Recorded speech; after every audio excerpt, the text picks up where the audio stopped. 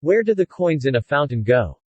During my university years, I applied for a summer job of being a chlorinator at the largest amusement park in Canada. The job description was pretty simple.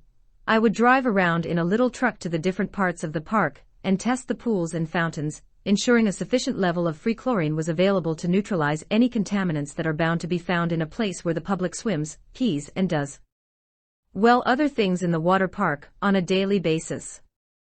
When I went in for the interview, they explained the work and the hours, the dangers and benefits of the job, etc., and to be honest, I was excited at the idea of working somewhere really cool for once in my life. I figured Andy job was better than a factory job.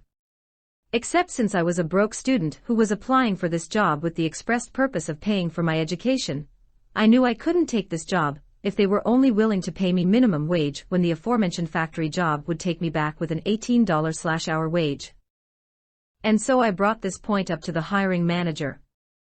I told her that the job sounds great, and I think it really lends itself to getting job experience in my field of education, but unfortunately, I wouldn't be able to take the job for my province's minimum wage at the time. Was there anything she could do to bump the hourly up $1 or $2 to make it worth my summer? Then comes the best part.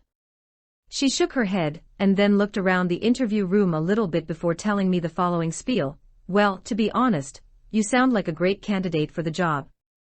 But unfortunately, our budget is fixed, and so we can't afford to pay you any more than we've stated. However, as a chlorinator, your job would include vacuuming out the large fountain at the entrance where people like to toss in coins all summer. As long as you are discreet, we've let every chlorinator before you keep the change they fish out of the fountains as a sort of tip for their work.